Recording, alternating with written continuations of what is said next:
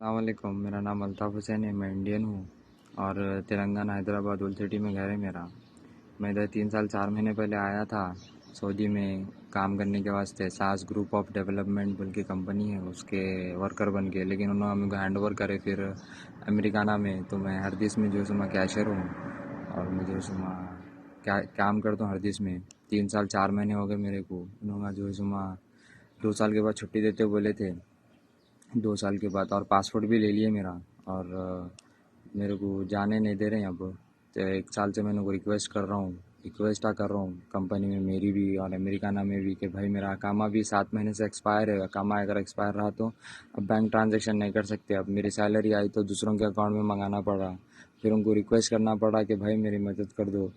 और मैं जो है सो मैं बहुत परेशान हूँ यहाँ पे, क्योंकि मेरी तबीयत भी बहुत ख़राब है। दांत की सर्जरी कराया मैं, जो सो मैं 1200 रियाल सैलरी छे। तो उसके इलाज कराने में मेरे पूरे बहुत पैसे चले गए, क्योंकि मेरे पास अकामा नहीं है। और ऊपर से मैं रिक्वेस्ट करा हॉस्पिटल में कि भाई कुछ भी नहीं होता ना बोल के, तो ना जो है सो मैं कर दिए इलाज। फिर मैं बहुत परेशान हूँ यहाँ पे। हमारे वाले साहब को पॉलिश मारी हुई है, पूरा राइट साइड काम नहीं करता। इकलौता ही छूँ मैं, कोई भी आगे पीछे है नहीं देखने वाले। तो मैं पासपोर्ट भी उन्हों के पास ही है, मेरे को जाने नहीं दे रही, कुछ भी बोल रहे नहीं।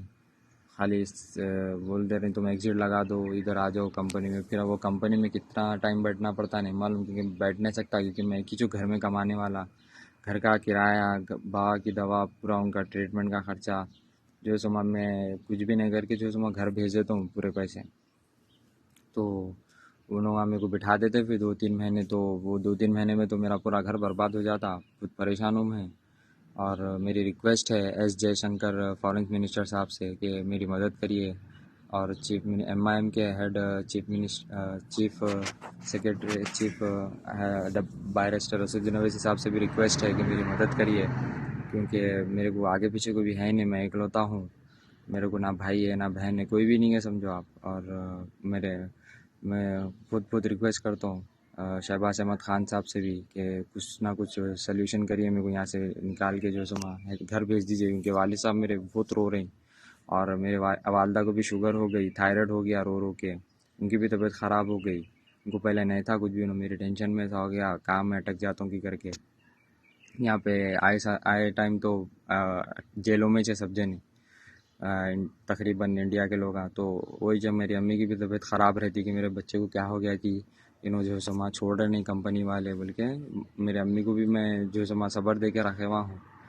जी, मेरी बहुत बहुत रिक्वेस्ट है एस जयशंकर साहब फॉरेन मिनिस्टर और बैरिस्टर सिद्दीकी साहब MIM हेड चीफ और शहबाज अहमद ख़ान साहब से कि मुझे जल्द से जल्द निकाल के घर भेज दीजिए, क्योंकि वाले साहब भी बहुत रो रहे हैं वीडियो कॉल पे। उनकी एज भी जो है समा 75 के ऊपर है, ऐसा नहीं कि उन्होंने यंग है नहीं है। और उनकी बहुत तबीयत ख़राब है, मेरे को जाना ज़रूरी है। मैं रिक्वेस्ट कर करके थक गया कंपनी से, और इंडियन एम्बेसी से भी मेरी बहुत बहुत रिक्वेस्ट है कि मेरे को जो है सो मैं यहाँ से निकाल दीजिए, क्योंकि इन्होंने मेरे को कब तक रुकते हैं नहीं मालूम। मेरा घर जाना भी ज़रूरी है, क्योंकि 2 साल नहीं रहा मैं, 2 साल से ज़्यादा रहा, 3 साल 4 महीने हो गए मेरे को यहाँ पे रहते रहते।